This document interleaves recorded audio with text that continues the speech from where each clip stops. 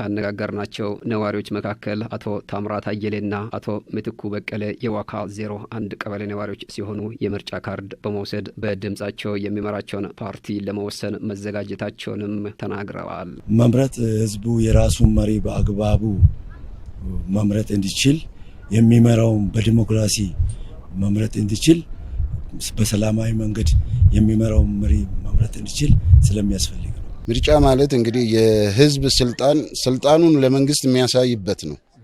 ህዝቡ ነው ስልጣን ያለው።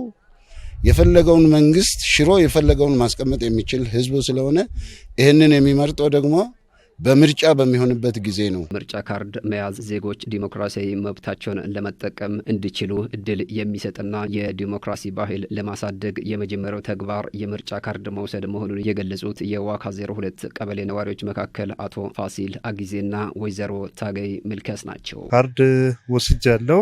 ሌሎችም እንዲወስዱ የበኩላችንን እየተወጣን ያለንበት ሂደት አለ።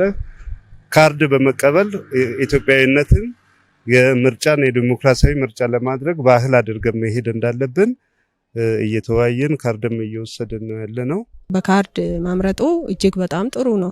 ምክንያቱም ያው ለይቼ የራሴን የሚጠቅመኝን አውቄ ለመምረጥ እኔ ካርድ በእጄ በመያዝ ለኔም ቢሆን ለሌላውም በጣም ጥሩ ነው ብዬ አስባለሁ። ምርጫ ሂደት የዜጎች ተሳትፎ የሚረጋገጥበትና ሀገራዊ ኃላፊነትን የመወጣት ሚና በመሆኑ ሁሉም ዜጋ የራሱን እድል መጠቀም እንዳለበት የገለጹት የዋካ 02 ቀበሌ ነዋሪዎች አቶ አለማዮ ሰምአላና አቶ ማሞ ስማ ናቸው። አንድ ዜጋ የራሱን መንግስት የራሱን መብት አውቆ እንዲኖር መንግስትን እንዲመርጥ የሚያደርገው ስለሆነ ማንም ሳያስገድድ በራሴ ፍቃድ የራስን መንግስት ለመምረጥ ካርድ ወስጄ ዝግጅት እያደረኩ መሆኑን ገልጻለሁ። አንድ ኢትዮጵያዊነት የሚረጋገጠው ካርድ ከወሰደ በኋላ ምርጫውን ከመረጠ በኋላ ነው። ያልመረጠ ሰው ደግሞ ለምርጫ ሊመረጥም አይችልም።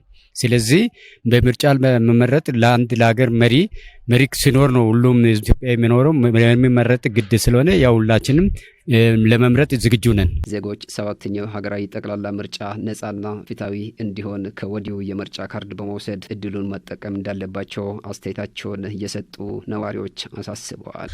ካርድ ሰው ቢወስድ ጥሩ ነው። ካልወሰደ ደግሞ የራሱን መንግስት በማን ስር እንዳለ ለይቶ ለማወቅ ስለሚከብድ ሰዎች አውቀው ካርዳቸውን ወስደው የፈለጉትን መንግስት የራሳቸውን መንግስት የፈለጉትን ቢመርጡ ነው ምለው።